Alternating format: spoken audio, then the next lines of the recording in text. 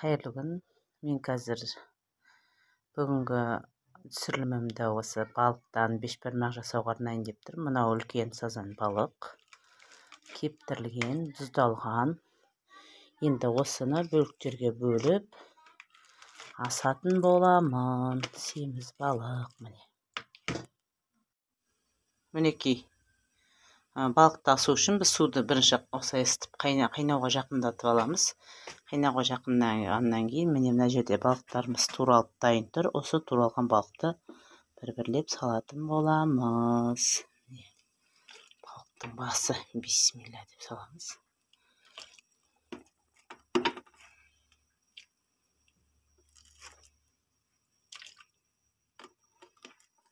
Біз бұл қайнағаннан кейін көбігін алып, ақырын отта 1 сағаттай қайнатып пісіріп алатын боламыз.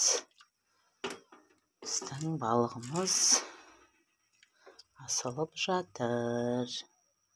Мінекей. Балығымыз салып қойдық. Міне енді бұл қайнап піскенше біз қамырымызды илеп жайып қоямыз. Балығым қайнап жатыр. Міне. Сәбізін салып қойдым қасына, картоплын салып қойдым. Қазір шамалдан кейін бұл піскеннен кейін қамырын салатын боламын. Сондай дәмді көрініп тұр. Қамыр жайып қойдым, міне. Қамыр сондай керемет, теп-тегіс болып шықты. Бұл қамырға мен қамырды илейтін кезде жалпы салқын сумен илеймін, және тұз, және 1 ас қасық өсімдік майын құямын. Сонда қамырларыңыз осылай біркелкі теп-тегіс болып шығады. Қамыр дайын. Енді қазір қамырды сорпаға саламыз. Нанды түсіріп алдық. Нанды түсіргеннен кейін бетіне осылай май, сары май бұл. Кәдімгі қолдың сары майы, және жуамызды салып қоямыз. Кішкене сіңіріп, суытып. Содан кейін қазір бетіне картоплын, балықтарын салатын боламыз. Қамырымыз дайын болды. Мінекей.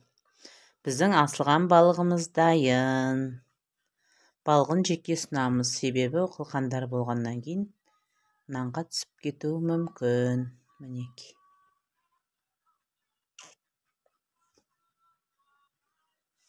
Түрленген балық. Ас болсын.